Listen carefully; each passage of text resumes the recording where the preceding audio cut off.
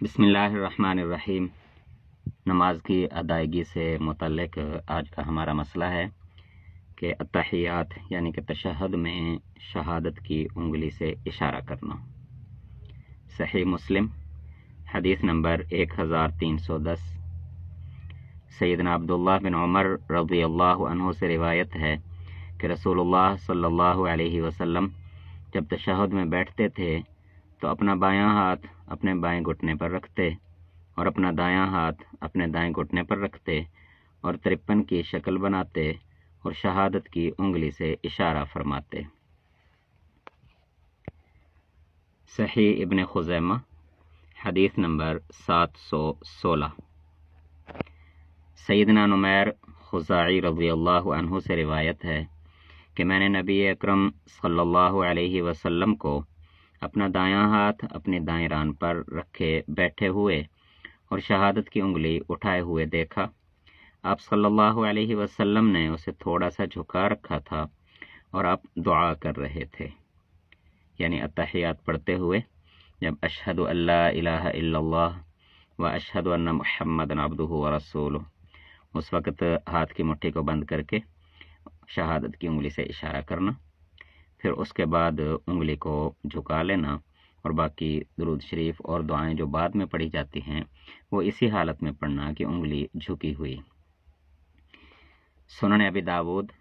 حدیث نمبر 991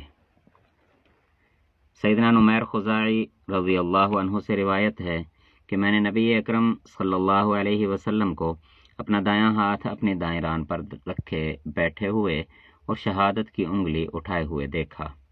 آپ صلی اللہ علیہ وسلم نے اسے تھوڑا سا جھکا رکھا تھا۔ صحیح ابن خزیمہ حدیث نمبر 817 سیدنا زبیر رضی اللہ عنہ سے روایت ہے کہ نبی اکرم صلی اللہ علیہ وسلم جب تشہد کے لیے بیٹھتے تو اپنا بایاں ہاتھ بائیں ران پر اور دایاں ہاتھ دائیں ران پر رکھتے اور اپنی شہادت کی انگلی سے اشارہ کرتے تو آپ کی نگاہ اشارہ سے تجاوز نہ کرتی تھی۔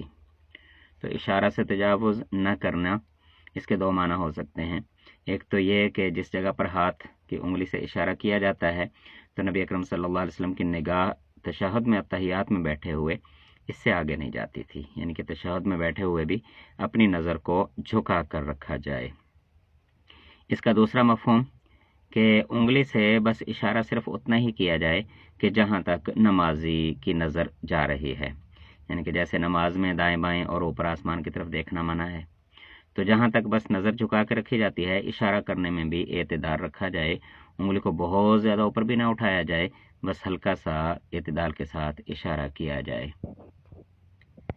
اگلا مسئلہ کہ تشہد پڑھنے کے بعد یعنی کہ تحیات پڑھنے کے بعد نبی اکرم صلی اللہ علیہ وسلم پر درود شریف پڑھنا۔ صحیح ابن خزیمہ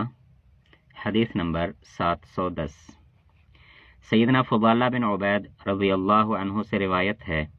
کہ نبی اکرم صلی اللہ علیہ وسلم نے ایک شخص کو دیکھا جو نماز پڑھ کر فارغ ہوا، نہ اس نے اللہ کی حمد کی، نہ اس کی بڑائی بیان کی، نہ نبی اکرم صلی اللہ علیہ وسلم پر درود بھیجا، پھر وہ چلا گیا۔ تو رسول اللہ صلی اللہ علیہ وسلم نے فرمایا کہ اس شخص نے جلدی کی ہے۔ پھر آپ صلی اللہ علیہ وسلم نے اسے بلایا اور اس سے اور دوسروں سے فرمایا کہ جب تم میں سے کوئی نماز پڑھے تو پہلے اپنے رب کی بڑائی بیان کرے، بزرگی بیان کرے اور اس کی حمد و ثنا کرے، پھر نبی اکرم صلی اللہ علیہ وسلم پر درود بھیجے، اس کے بعد جو چاہے دعا کرے۔ تو التحیات کی یہی ترتیب ہوتی ہے کہ شروع میں اللہ تعالیٰ کی بزرگی اور حمد و ثنا ہوتی ہے، پھر نبی اکرم صلی اللہ علیہ وسلم پر سلام اور درود بھیجا جاتا ہے اور پھر اس کے بعد دعائیں پڑھی جاتی ہیں۔ صحیح ابن خزیمہ حدیث نمبر 711 سیدنا ابی مسعود، یہ سیدنا عبداللہ بن مسعود نہیں بلکہ ابی مسعود، ان سے روایت ہے کہ ایک شخص نبی اکرم صلی اللہ علیہ وسلم کے پاس حاضر ہوا اور رسول اللہ صلی اللہ علیہ وسلم کے سامنے بیٹھ گیا، اور ہم بھی نبی اکرم صلی اللہ علیہ وسلم کے پاس تھے۔ تو اس شخص نے کہا کہ یا رسول اللہ صلی اللہ علیہ وسلم، سلام کو ہم نے سمجھ لیا ہے، تو جب ہم اپنی نماز میں دعا کریں تو آپ پر درود کیسے بھیجیں؟ کیا ہم یوں کہیں صلی اللہ علیہ؟ تو رسول اللہ صلی اللہ علیہ وسلم خاموش ہو گئے، یہاں تک کہ ہم نے چاہا کہ اس شخص نے آپ صلی اللہ علیہ وسلم سے سوال ہی نہ کیا ہوتا، کہ شاید نبی اکرم صلی اللہ علیہ وسلم کو یہ سوال کرنا پسند نہیں آیا۔ پھر رسول اللہ صلی اللہ علیہ وسلم نے فرمایا، جب تم مجھ پر درود بھیجو تو یوں کہو، اللہم صلی علی محمد النبی الامی وعلی آل محمد کما صلیت علی ابراہیم وعلی آل ابراہیم وبارک علی محمد النبی الامی وعلی آل محمد کما بارکت علی ابراہیم وعلی آل ابراہیم انک حمید مجید۔ اسی طرح جو عام طور پر ہم درود ابراہیمی پڑھتے ہیں، اللہم صلی علی محمد وعلی آل محمد کما صلیت علی ابراہیم وعلی آل ابراہیم انک حمید مجید، اللہم بارک علی محمد وعلی آل محمد کما بارکت علی ابراہیم وعلی آل ابراہیم انک حمید مجید۔ وہ درود شریف بھی احادیث مبارکہ میں بیان ہوا ہے، تو وہ بھی پڑھا جا سکتا ہے اور یہ بھی پڑھا جا سکتا ہے۔ اگر ان کے علاوہ انسان کوئی اور درود شریف پڑھنا چاہے تو یہاں پابندی نہیں ہے۔ اگر اکیلا انسان نماز پڑھ رہا ہے، نفل وغیرہ پڑھ رہا ہے، تو بے شک جتنی دیر بھی نبی اکرم صلی اللہ علیہ وسلم کی ذات مبارکہ پر درود بھیجے، تو یہاں پر منع نہیں ہے، بلکہ یہ بہترین موقع ہے کہ انسان پوری توجہ کے ساتھ بیٹھا ہوتا ہے، دو زانو ہو کر سر جھکا کر بیٹھا ہوتا ہے، تو یہاں پر جتنا بھی درود پڑھا جائے وہ کم ہے۔ لیکن چونکہ بس یہ ہے کہ